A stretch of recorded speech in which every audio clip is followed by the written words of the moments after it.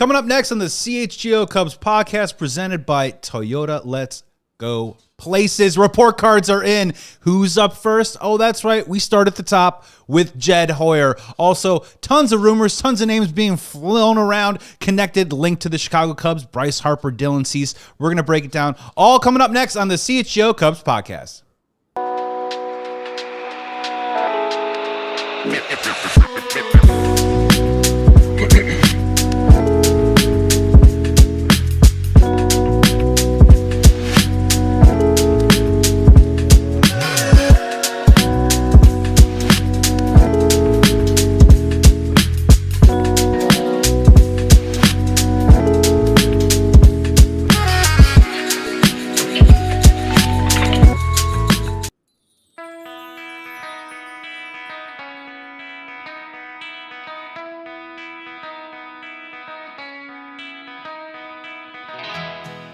Hey Chicago, what do you say? It's the CHGO Cubs podcast driven by our friends at Toyota. It is Monday, the 27th of October. The World Series still going on, even without our Chicago Cubs in it. Baseball continues for a few more days. World Series tied 1-1. Luke Stuckmeyer and Joey Christopoulos with you on this beautiful sunny day in Chicago, and Sean Anderson running the ones and twos back at the studio. Hi to everybody in the live YouTube chat. Make sure you subscribe to the all-new CHGO Cubs YouTube channel and tell a friend, tell a neighbor, tell a total stranger.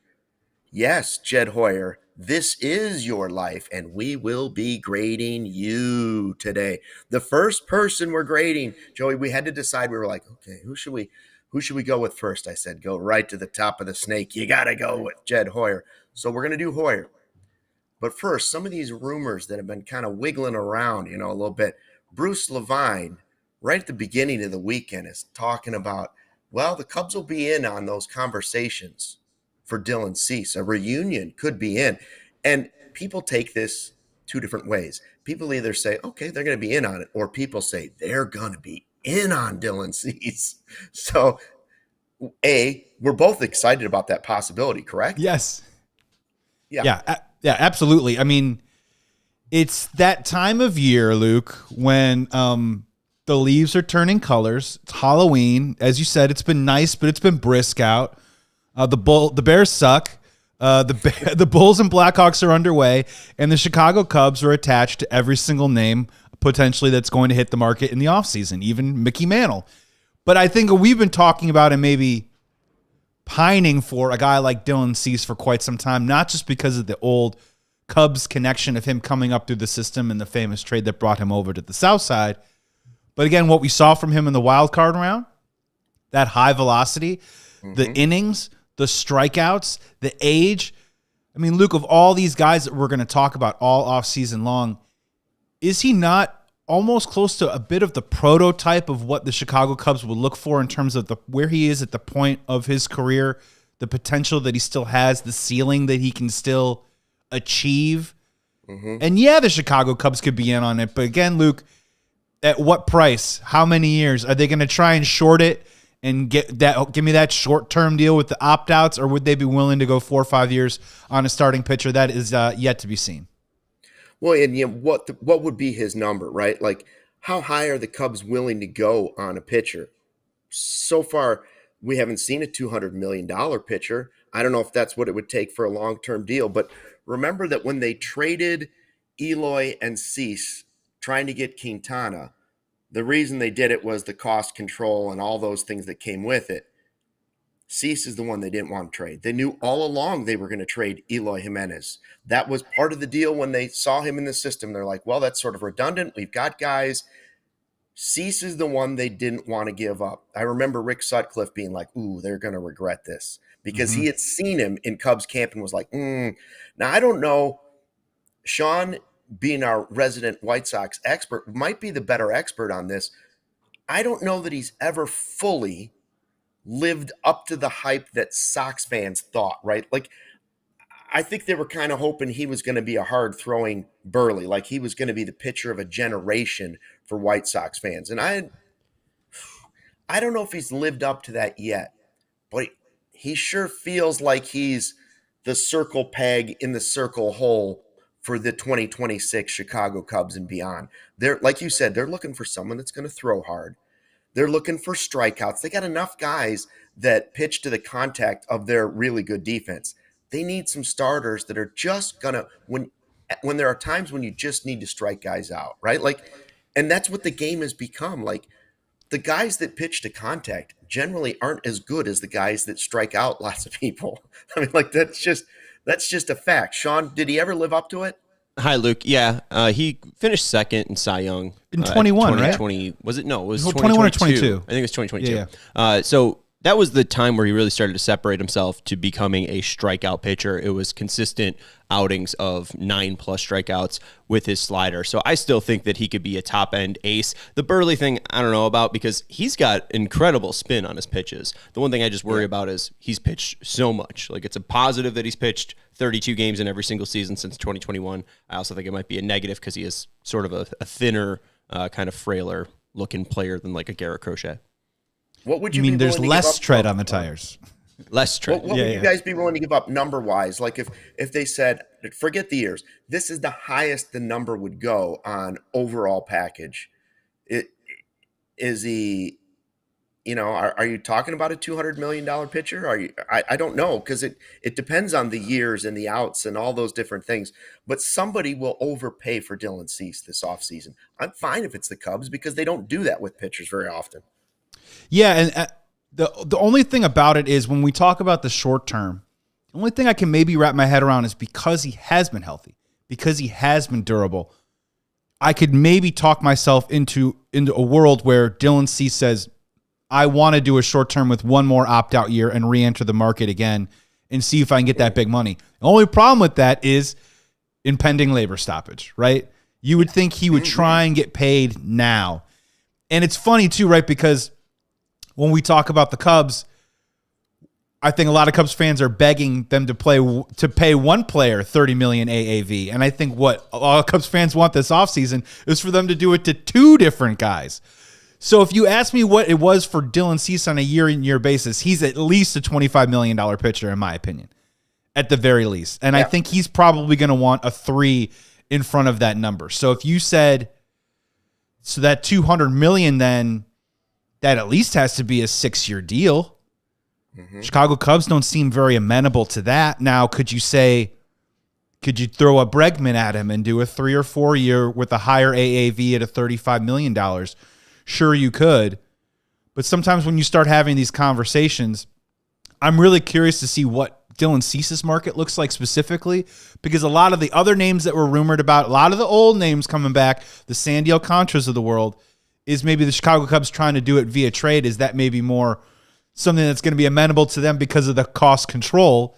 But Luke, to your point, they've said in the past that they just need to spend that money. The question is will the Chicago Cubs spend money on just one player with a $30 million AAV? Just one of them, let alone Dylan Cease. Chef Kevin Penner in the chat saying The Athletic this morning estimated 6,187 for Cease. I thought that article was a little bit iffy. Jim Bowden is off his rocker, and he just saw a second baseman and put White Sox next to any second baseman. He hasn't been accurate the last few years. But I agree with Kevin that the Cubs just won't go there. But I put together, he's been around 3.5 WAR every season. Typically, it's about $8 million to $9 million per WAR. So I think you could guesstimate around 28 mil per year. That times 6 is around 168. So I mean, 168 to 187 sounds fairish. I mean, Luke, what if I was going to say, Luke, what if I said to you really quick, what if we offered him the Yu Darvish deal, which I believe was 4 for 120, and then opt-outs. That's where wishful thinking meets reality, right, Luke? Is that the Cubs have offered and signed a player of that time in our lifetime before, and maybe that number is something closer to what the Chicago Cubs could offer. 126 for Darvish. 6 for 187. That's I'm in on it, because in my Cub-athetical going through my head, I think of Steele coming back healthy, which we don't know. I think of Horton doing what he did in the second half, and then I'm like, wow, what if actually Horton was your one, and then you could go with any mixture you want after that, and it could be Cease and Steele and Shota and Boyd, and you're thinking, Whoa. Now you're talking about the type of rotation you see the Dodgers march out there. Guys that can go further into a game and that could really have something special in the postseason. Tyone, like, and then again, I don't want people to forget this. I know it's unlikely the Cubs are going to spend that money, but if they do, at the trade deadline, if you have a wealth of riches and you just don't know what to do with all those starting pitchers, that's when you flip that guy for the other player you might need, whether it's a closer or somebody else, a position player need, or restocking the farm system again. One of the reasons Cease is so great, not outside of his pitching, is he only costs you money. And I don't think the Cubs have wrapped their head around that yet. Do I like some of the other guys that they're talking about? Yes, but they're going to cost you prospect capital. I would rather spend the money, which I have the huge advantage. I'm not saying don't use prospects. I'm just saying in this case, you have an option to use your big advantage over the rest of the division. Money. Go ahead and use the money. This is the spot to do it. And I think he's the right guy to do it on too. I really do. Well, and that's and honestly, when you think about it, and we're going to talk about Jed Hoyer in the second segment and give out some grades, like it's a bit of the corner that he's painted himself into, right? When you think about what did Jed Hoyer say at his end of the year press conference was, when we look at the trade deadline, the prices were simply too high. And we don't have, and he was also alluding to, we don't really have maybe the depth in the organization to sustain a major blow to our prospect pool to make those kinds of trades. So if you're telling me that you don't have maybe the farm system that you would like to have with young arms with high velocity, which isn't a major philosophical mandate throughout the organization, they look for a different sort of pitch shape and they try and get some contact, maybe not at 99 miles an hour. And you're also telling me at the deadline, you can't maybe pay those prices because they're too high and they're too steep and it would deplete your farm system. Luke, where does that leave you?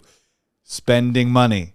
Yes. Right? So if they're not willing to do that, then they're also willing to say that they're not willing to go 100% in on not just this team, but a truly winning, a truly successful winning type product on the north side. And one other thing that, you mentioned the 1-year deal. I will be curious to see this offseason how many players are actually willing to do a 1 or will at least demand a 2 because of the impending work stoppage. And how will players look at that first year of that contract, right? Because if everything broke the way some people would want, and there'd be some sort of salary cap instead of just the way it is, well, I think your salaries would start to come back. So guys would want to get their money as fast as possible now, not only before the work stoppage, before things change afterwards for their team, so they can say, well, hey, this is what you're paying me. That's just the way it is, Like there's multiple layers to these free agencies. The bottom line is Cease is the perfect fit for the Cubs. Yeah. Just in this moment here too, like even the top end estimate, if you take his 4.12 FWAR, which is what he accumulated per season over the past 5, if you times that by 9 million, that's around 37 million per year. So he could be looking at a contract for like 222 million on his top end. He's only 29. He's one of the younger players. Yeah. I think this is a guy that might force no, I'm going to wait out my deal because this is my time to be a free agent, sort of like Tucker. Yeah, and you wonder also, is there a growing trend throughout baseball of now you have more options in terms of what kind of deals you sign where everyone's just trying to get more years? And I'm curious, that is the new trend something that might be appealing to Dylan Cease, which is shorter term but higher AAV. And we don't know what the landscape of the future of baseball looks like in the year 2027. But if you're Dylan Cease, can you say to yourself, if I keep getting the high AAV, I will make that money back? I always go back to when we talk about Anthony Rizzo, and I think the deal that he wanted was close to $100 million. I'm not comparing the player. I'm just comparing the decision that they made financially. At $100 million, Anthony Rizzo couldn't get that money. But eventually, over the course of two-year deals and one-year deal with the Yankees, he ended up getting pretty darn close. Yeah. So, if you keep going, if you keep putting yourself out to the market, I understand there's always the injury risk. but also you also are putting yourself in a position to possibly get more on an annual basis to try and make some of that money back. So it's definitely a different way to do it. I think the old adage, or definitely the old way of thinking, was give me that Albert Pujols money, sign me up for 12 years, sign, seal, delivered, end the whole thing. But I do see some of these players now saying, I prefer the flexibility because I can continue to make that AAV on a 1-year basis. And that'll be a decision that Dylan Cease wants to make. As a pitcher, you would think he'd want the years. Yeah, I do too. Found things I found. It says Ricketts doesn't spend on players. It only spends on real estate near Wrigley. Well, hey, the other guy we were talking about a lot the last 3 days was Bryce Harper. We'll get to that in a second because Jed's got a lot of big decisions to make. And then the report card for your Jed Hoyer. Give us your grade throughout this show, and we'll try to read some coming up. But first, a word from our sponsors. Hey, Cubs fans, whatever the moment, it's never ordinary at Bet365. Right now, new customers get $200 in bonus bets when you bet $5, win or lose. They also have the early football payout offer. If your team goes up by 17 points, there's an instant payout on straight bets and parlay selections that are marked as winners. So download the app, use the code CHGO365. When you sign up, there's a 100% parlay boost, so double your winnings with the Bet365 100% parlay boost. And also the MLB payout offer too as well. If the Blue Jays or the Dodgers put your money down, if one of them goes up by 5 runs and you bet on it, you get an instant payout on that straight bet or the parlay selection. So remember, download the app and use the code CHGO365 when you sign up. Remember, deposit 10, place a bet for 5. You can get up to $200 by using the code CHGO365. So remember, download that app. And if you must be 21 plus or older, if you or someone you know has a gambling problem, crisis counseling and referral services can be accessed by calling 1-800-GAMBLER in-app only. Hey, everybody, we have to tell you about Eye on the Ball. It's a company started by Dave and Chris from Glen Ellen, 2 high school buddies. And one of them was trying to find a golf coach for his daughter. It's not easy. Finding the right coach is critical for an athlete trying to succeed. So coaches, listen up. If you're looking for athletes to train, Eye on the Ball is where you need to be. It's simple. You just create a profile. If you're looking for more athletes to train, Eye on the Ball is where you need to be. It's simple. You just create that profile, upload the background check, boom, you're in. And right now, the first 6 months are free. Then just $50 a month or $500 for the whole year. Athletes of all ages and all sports can find you directly. Here's the best part. Eye on the Ball doesn't mess with your schedule, your payments, or your business. You're in full control. They just connect you with athletes who are just looking for a coach exactly like you. So if you're ready to grow your coaching business, check it out right now, eyeontheball.net. Those athletes are ready and waiting to find you. And athletes, the reverse is true. All right, back on the CHGO Cubs podcast, presented by our friends here at Toyota. We were talking about Dylan Cease, the report from Bruce Levine that the Cubs will be in on those free agent talks. We're going to grade Jed Hoyer in a second. So Cease is one decision he can make this offseason. How much would you be willing to give Dylan Cease, the former Cubs prospect that was eventually traded to the White Sox in the Quintana deal? The other story that's popped up, and this is just something that we kind of like just threw out there after we saw the Dave Dombrowski comments at his end of season press conference, right? Like basically saying, I don't know if he's going to be elite anymore. Is he going to be elite? I guess we'll find out if he's going to be elite, or is he just going to be good?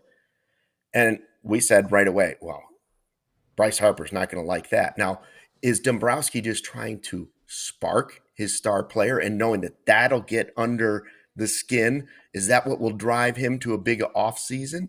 Or is he actually maybe trying to throw that out there? I don't think he's throwing it out there, because if that's the case, you've lowered the price on the guy. You're telling everybody, well, I don't know if you're going to get a Corvette if we trade him to you, but you might get, a nice Buick. That's not the way to go about trying to make your deal.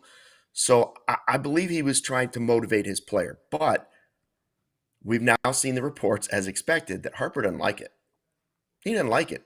That's why he didn't want to be in Washington anymore. He was mad that they kept bringing up every time he had an off year. Well, is this the time they're going to trade him?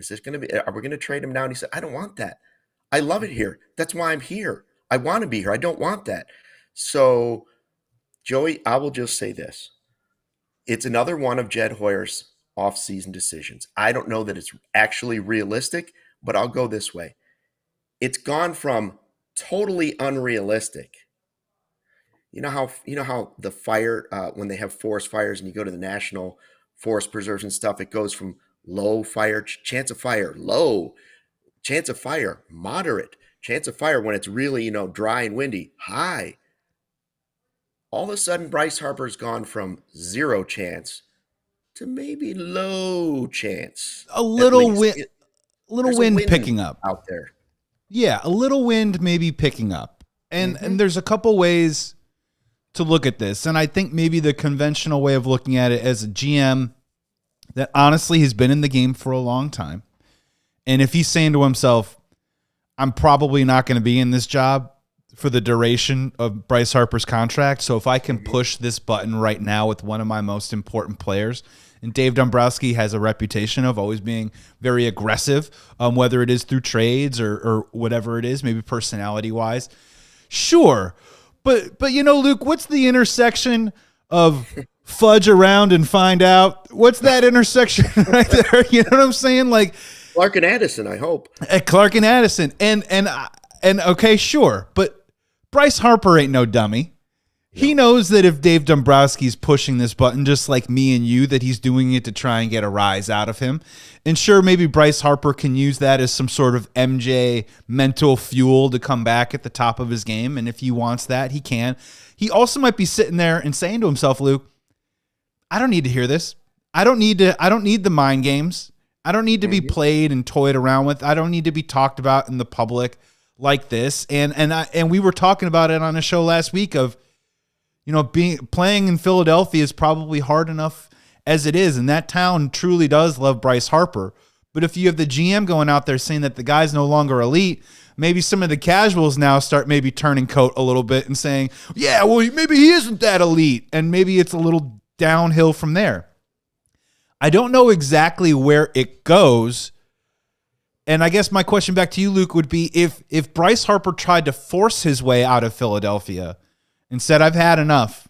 I've given everything I can to this city. That comment made me really mad. There's a bunch of other things going on that I haven't liked for the last couple of years.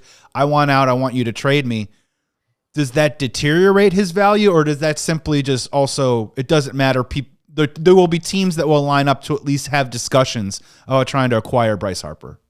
Yeah, probably. And he might be an often injured player moving forward. I also wonder if, how about our guy Schwartz? What does he think of this whole thing? He's hitting the free agent market, and this is the marquee player on the Phillies. Does he look at it and say, well, if they trade Harper, then you're going to have to give me even more money? Ooh. Or is Kyle Schwarber sitting at home with his agent going, wait a minute, this guy's the face of the franchise. He's done everything you wanted. If all things are equal, I wanted to be here in Philly. I wanted to be here with Bryce Harper. But look what you're doing to him.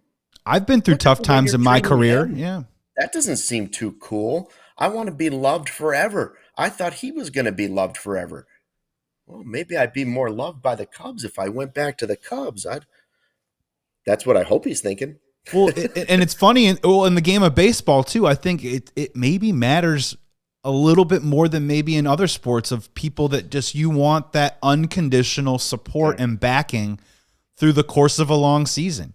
And you're not incorrect that, Kyle Schwarber could easily have a year where whatever, BABIP aside, maybe he Ks 200 and maybe the average isn't where it should be. And maybe, whatever it is, runners in scoring position and the fan base starts to get a little ornery with him right in the town of Philadelphia. And maybe he does have to ask himself that question in terms of his next landing spot. But what's funny about this too is Kyle Tucker, Bryce Harper, a lot of names hitting the market to me. Like it's almost getting to the point where I feel like Kyle Schwarber's starting to get slept on, where it's almost more like ho-hum. Oh, well, we could just go out and get Kyle Schwarber. No, it's not about we could just go out. Like Kyle Schwarber, I think Kyle Tucker is the more well-rounded hitter.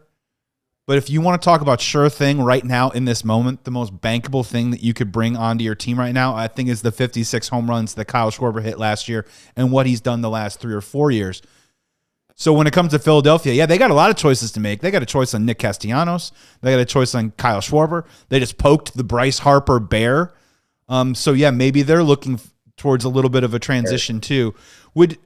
Just really quick before we get to the report cards, What is your scale of 1 to 10? What would your interest level be in Bryce Harper, like via trade? Where does that land for you? Does it even get you? Does it get you excited, and to what point?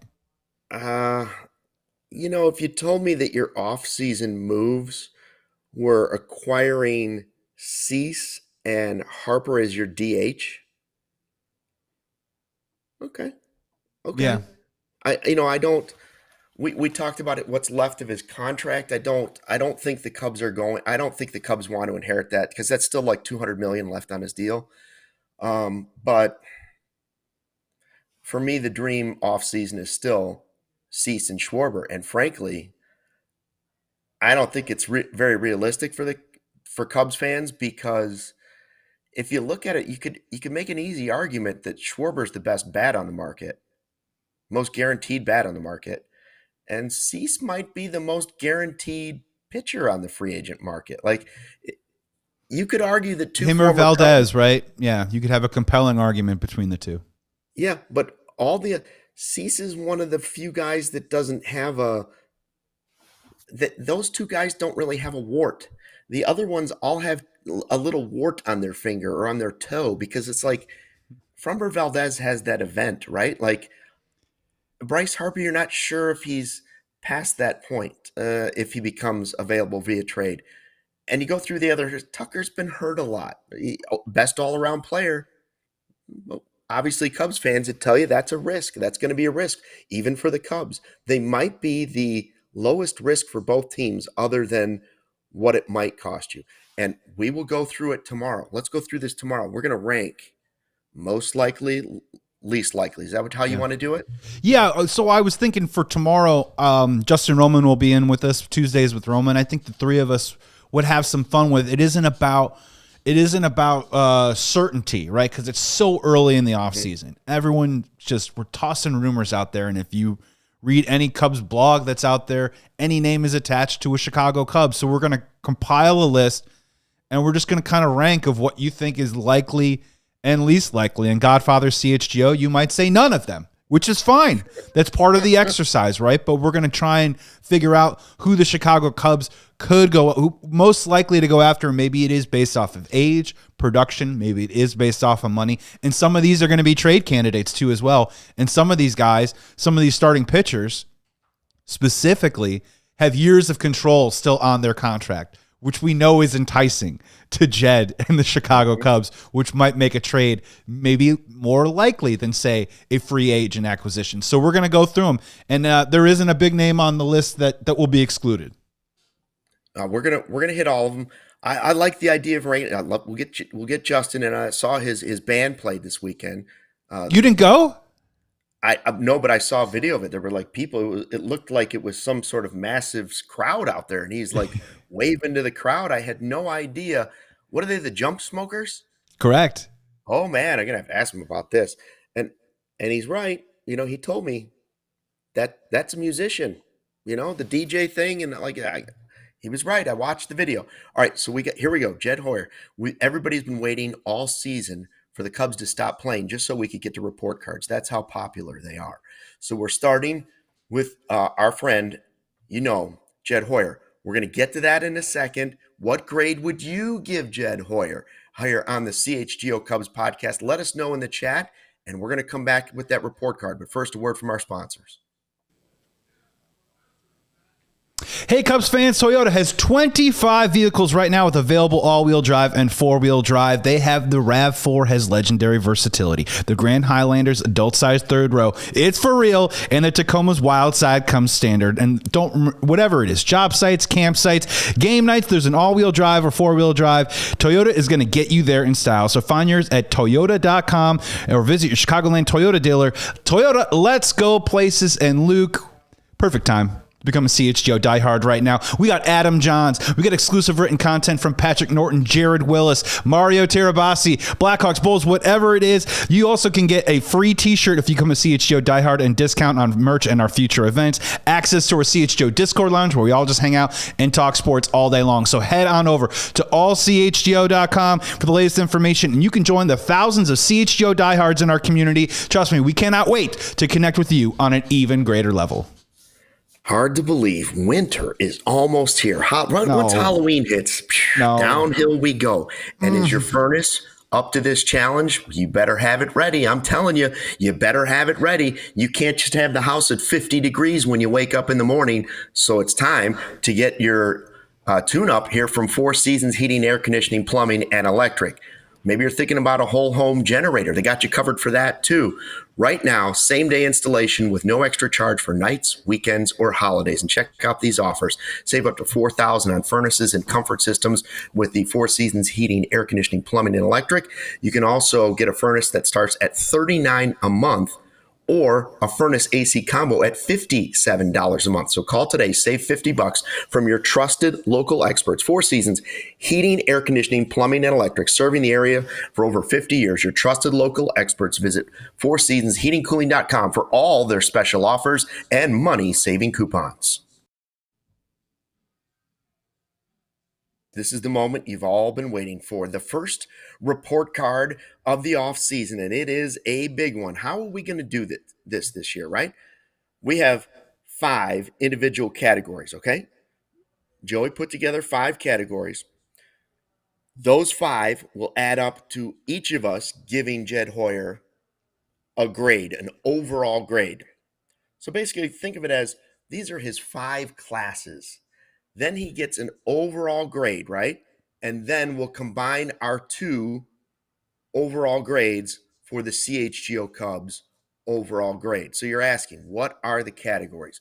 We will start with his off-season grade, that off-season class he took, then roster construction, then what did he do at the trade deadline? That's his 3rd class, and then the bullpen. So those are the 4 classes he's taking. That leads to the overall grade from each of us, and then the CHGO Cubs grade for Jed Hoyer. How has he done? All right, Joey, let's start with the off-season grade. So the 2025, the off-season grade going into this, right? This is what you thought of Jed Hoyer going into the season last year. What was your off-season grade? So for my off-season grade for Jed Hoyer, and keep in mind, too, that I also deeply respect the Madden ratings, so I'm also going to be giving him a Madden rating, too, as well. I'm giving him a B for the off-season. And what's fun about this exercise, Luke, is we feel differently on this, on almost all these categories, so it's going to be a really fun conversation.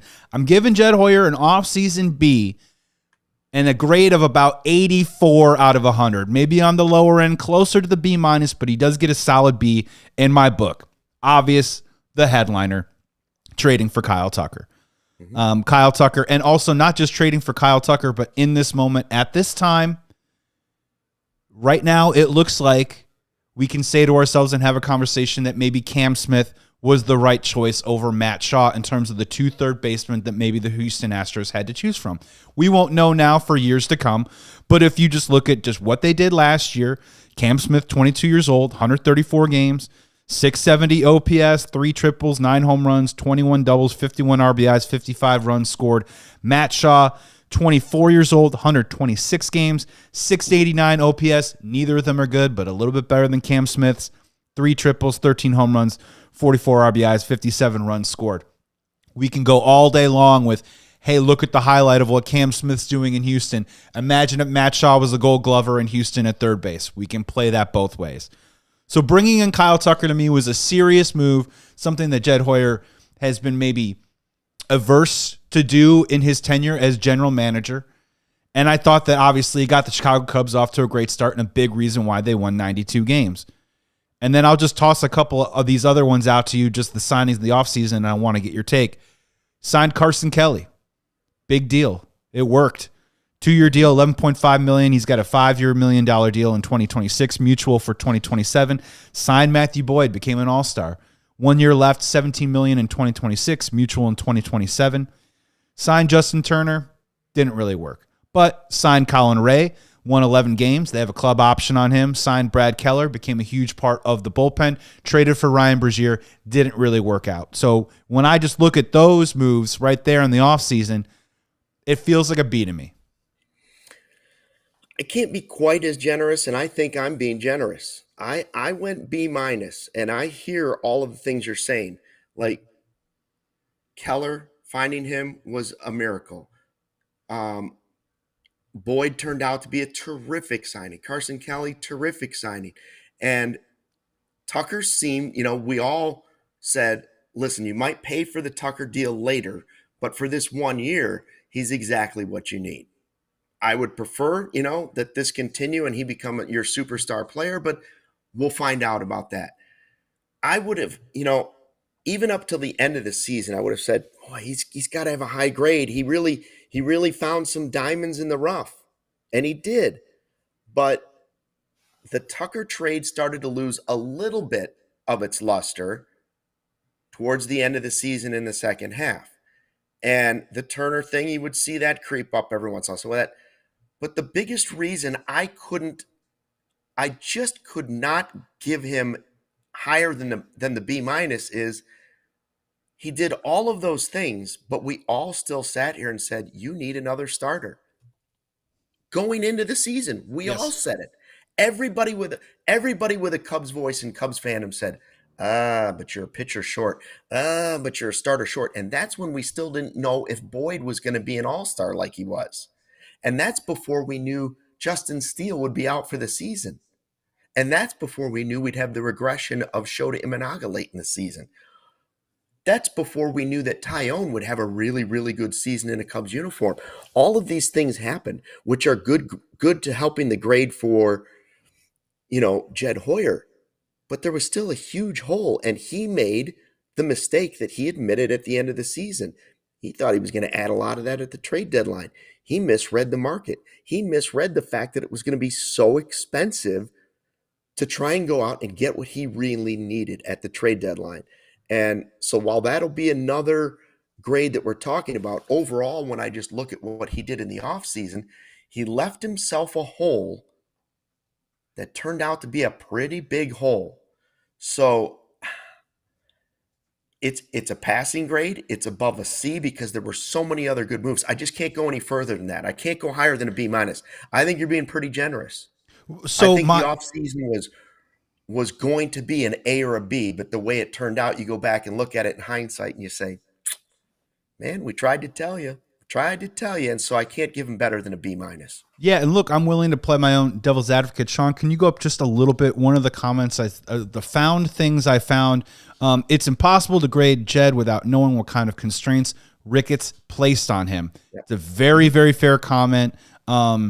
And it could be very true. The reason why I went with an 84 or a B, and honestly, not to spoil the rest of this exercise, but that was the highest grade I'm giving him for any category. You graded him on 1 to 100. You gave him an 84. That's what a B is. For the off season. I didn't know we had a rubric going on. Okay. yeah. I'm doing Madden ratings. Didn't know you were actually okay. Oh, yeah. Madden ratings. I like that. I'm doing Madden ratings. Well, you said that. I actually didn't know what you meant. Oh, really? Did I not? So now I know what you mean by 84. Yeah. And then, I'm doing the John. Joey, can we go back and tell Sean we'd like to change that to an 83? 83. So the only reason why it got up to that point was because we saw something that we seldomly see from the Chicago Cubs in this town, I think in general, is that I understand that Kyle Tucker only made $17.5 million. But that is the kind of aggressive, creative, go for it swing that I think we want to see in this town. I want to encourage Jed Hoyer to continuously think like that and pick up the big boy bat and take a huge cut at something. We'll never know, or we'll know probably soon enough whether Kyle Tucker is going to re-sign with us or go somewhere else, and then we can judge it accordingly. But it's the A for effort, if you will, that brings it up to the 84. Now, to be the devil's advocate, and you were correct, all those guys I mentioned that they brought in, what did they do? They exceeded projections, something that Jed Hoyer absolutely loves. So does he get credit for these guys, for Colin Ray being the fifth starter no one really saw coming and winning 10-plus games? Does Jed Hoyer get credit for Matthew Boyd reinventing his career and becoming an all-star, or Carson Kelly hitting .302 in his first 40 games? That is also very fair. The other part that I'm giving him credit for, at least in terms of the activity and the people that he brought in, is another blind spot in this organization that, again, lends itself to you got to open up the wallet and spend some money. On the 40-man roster, guys that originated in the Cubs system via the amateur draft, here is who's left. Ian Happ, Nico Horner, Luke Little, Cade Horton, Justin Steele, Keegan Thompson, Jordan Wicks, Porter Hodge, and Matt Shaw. There's some good players in there. There's a couple possibly great players in there, but it's not a great collection of homegrown guys, right? The Pete Crow Armstrongs, the Kevin Alcantras, the Owen Caseys, all acquired via trade. I understand that. But in terms of sitting in that amateur draft war room and picking those guys, the hit rate hasn't been fantastic. So he has to go out and he has to remake the roster every single year and try and put it together. I'm giving the offseason a B because I just feel like it put the Cubs in the best position that they possibly could to eventually go on and win those 92 games and a wild card round. And if I'm going to give him credit anywhere, it's in the offseason.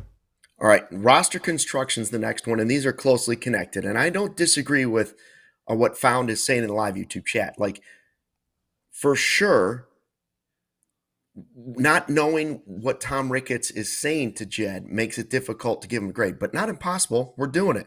Like, if this is what Jed has, if this is the payroll that has been given by Tom Ricketts to Jed Hoyer, I'm unhappy with that. However, if your boss gives you a pile of money and says you have to do this, and that pile of money is bigger than the pile of money that your top competitor is getting, and that top competitor keeps beating you over and over in the regular season and in the postseason, then I can't give your roster construction anything better than a C. At best, you're average. And frankly, I think that's generous again because, once again, this is the amount. I disagree with the amount he's getting, but those are the rules he's playing against. And he's still getting more than the guy next to him. And that guy next to him in a smaller city is winning in the regular season and is winning in the postseason. Roster construction, there were some flaws. The biggest improvement was, as you mentioned, Kyle Tucker. We begged him for a slugger. He finally gave us a slugger. Turns out the slugger was hurt and didn't have a good second half of the season. I don't fully blame that on him, but the roster construction, the rest of it, you probably could have found a better pinch hitter backup solution than Justin Turner. You just probably could have. You probably could have added a Flaherty or someone else on a one-time deal, 1 year, and it could have been. The roster construction wasn't perfect. It was so not perfect that it impacted what our next grade will be later on, and that's bullpen. We'll get to that. But what was your roster construction? I'll give him a C, but again, it's because I'm a generous guy. Yeah, and to be very fair, Sean asked a good question before the show about like why are bullpen and roster construction separate categories. One, because we're in charge, and the second one is to be very fair though, like the bullpen has been such a huge hot button topic for the Chicago Cubs the last 3 years. I feel like it needs like its own separate grade, even though we can kind of envelope it into roster construction. I went B- barely at 80. He's barely there. He got the last question maybe right on the test to do it. And the only reason why I'm going in 80. And look, these aren't great grades, Luke. We're not going to Ivy League schools with these kind of grades that we're handing out right now for Jed Hoyer. With roster construction, I felt like he did a better job this year in recognizing what I need to do in terms of depth, especially on the pitching side. Like when I think of roster construction, I also think of like Drew Pomeranz doesn't count in the offseason because they signed him after the year started. I felt like that they were more proactive this year. I felt like when Ryan Presley wasn't getting it done, they didn't they didn't Hector Neris the situation and run it into the ground until they had no outs. They just moved on from the guy. They found somebody else. Now I'm not giving him. Hey, hold on a second. By the way, that's another reason he should have a lower grade in the offseason because Presley was a bad move. That was awful. Sorry, I interrupted. No. That's great. No, you're 100% right. It was $9 million for a dude that was just as bad as Hector Neris and also a former Astro. Like, go figure. But when we talk about roster construction, not great definitely passable, right? Like I feel like in terms of catching depth, they did all right by finding Reese McGuire when Miguel Amaya went down. Again, Carson Kelly was a good move because Miguel Amaya couldn't stay healthy. When we talk about the pitching staff, yeah, Javier Assad went down. They were able to find enough arms to carry them throughout the season where it wasn't optimal. You know, Chota, Tyone, Justin Steele, all these guys went down. They were still able to compete, and I don't feel like that they were at a point where outside of maybe that 2-week stretch when they tried to force the Ben Brown situation as a starter early on in the year, I never felt like that they were in dire straits really from a pitching staff perspective. In terms of roster construction, on the offensive side of the ball, we got some great news out of some players that we like a whole lot. I think Michael Busch took a step forward, which was good news there. They never felt, I mean, and to the credit of the organization, they really have just given him the job and have let him grow into that role, something that they hope the same for a Matt Shaw of the world. I can't go any higher than an 80 because if you look around the lineup, we talked about it a lot last year. I know you and Cody did. There are some redundancies still in this lineup. There are still a lot of guys that kind of fit the same sort of hitter profile of the 240 to 250 hitter, going to bang you about 20 home runs, maybe get you about 70 RBIs, and it's going to K maybe 150 times. And whether they're going to be hot or cold and when that's going to happen can really reflect on how the Cubs offense is going to go throughout the rest of the year. So roster construction, I felt like it was an improvement upon last year. And if he wants to get anywhere into the 85 or into the B+, I think it really is going to come down to him picking up the bat and taking another really heavy swing and also learning from what he was able to do this year about, yeah, maybe it isn't the worst thing in the world to, even if you sign that top flight pitcher, have a sixth starter, a long man that you can plug in right away. What kind of arms do you like to have in your bullpen, right? Like, do you want to buy into guys like Tyson Miller, right? Or are we going to give Porter Hodge another shot? Daniel Palencia, where is his role? So there are a lot of guys that I felt like stepped up. A part of that had to do with Jed putting them in that place to step up. But again, B- 80, that's about as high as I can go for roster construction, where I felt like there could have been more extracted maybe even out of this team that, won 92 games.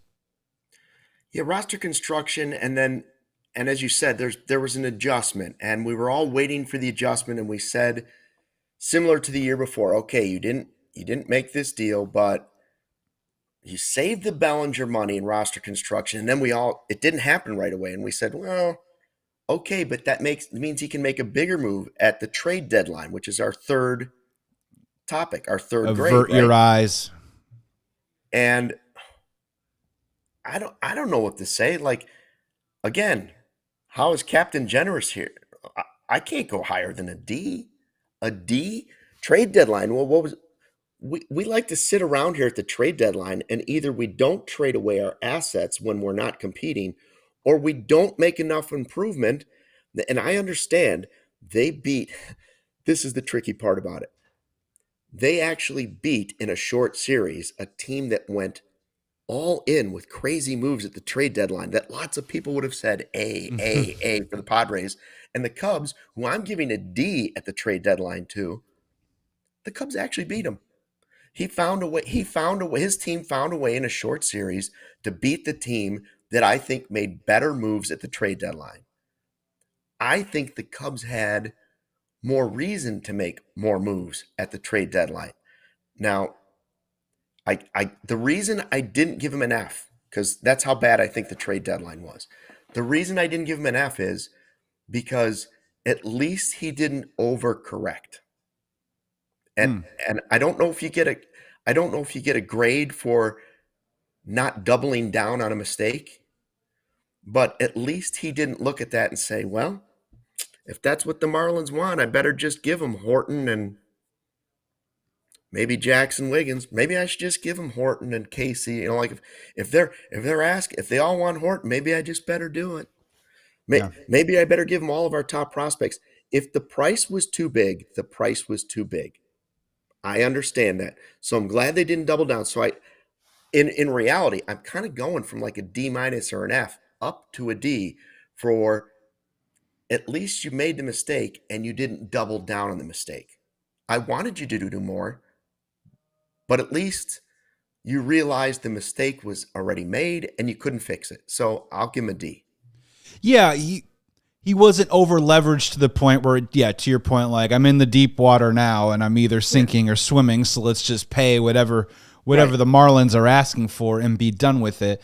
I went with a D+. The only reason why I put the plus in front of it was because Andrew Kittredge turned into something that was actually valuable and usable, and got some big outs in the first round of that wild card series, and eventually ended up closing some games.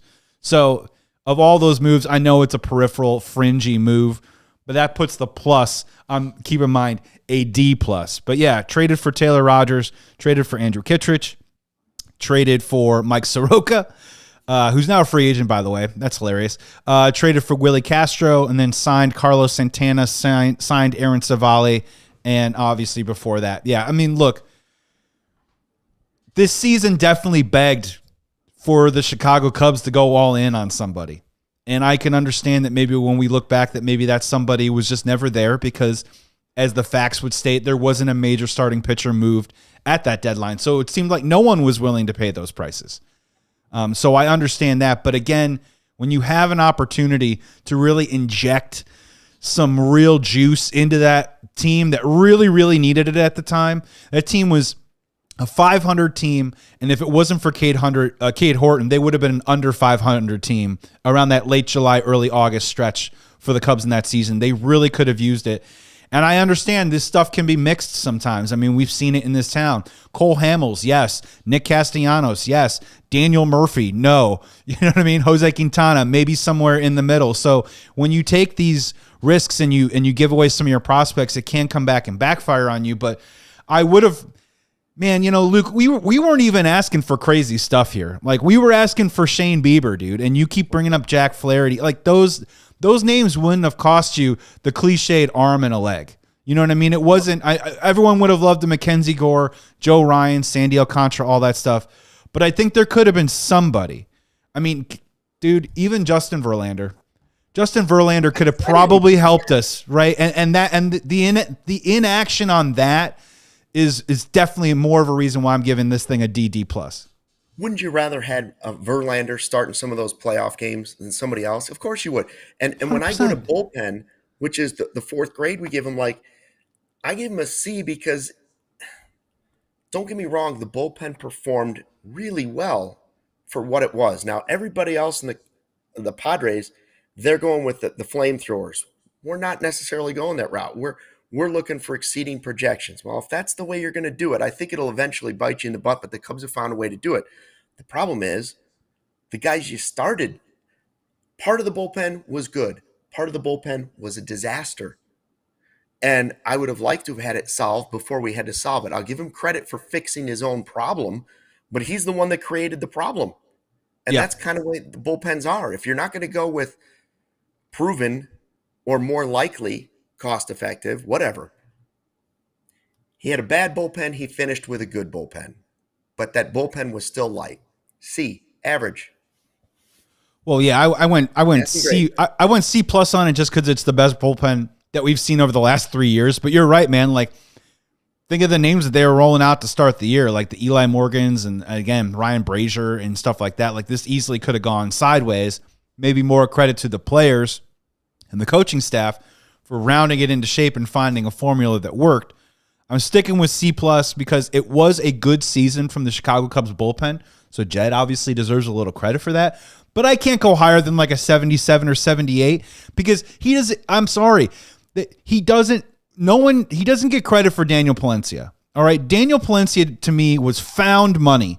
Like, they got lucky that a dude that had a great arm in their system was able to lock in on his control, get some confidence, and the coaching staff was able to put him even in a position to be the type of closer that we saw from him this year. That wasn't Jed Hoyer putting him in that position, right? That was found money on that part. And I get it that the Chicago Cubs, they don't really believe in a closer. Then why spend $9 million on Ryan Presley? Why spend money on Hector Neris? Like, get serious about the ninth inning and those final 3 outs.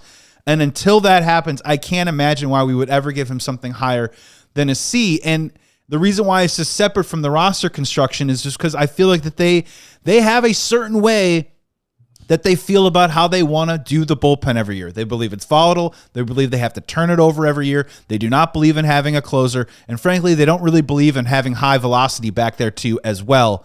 You know, Brad Keller got up to 97, 98.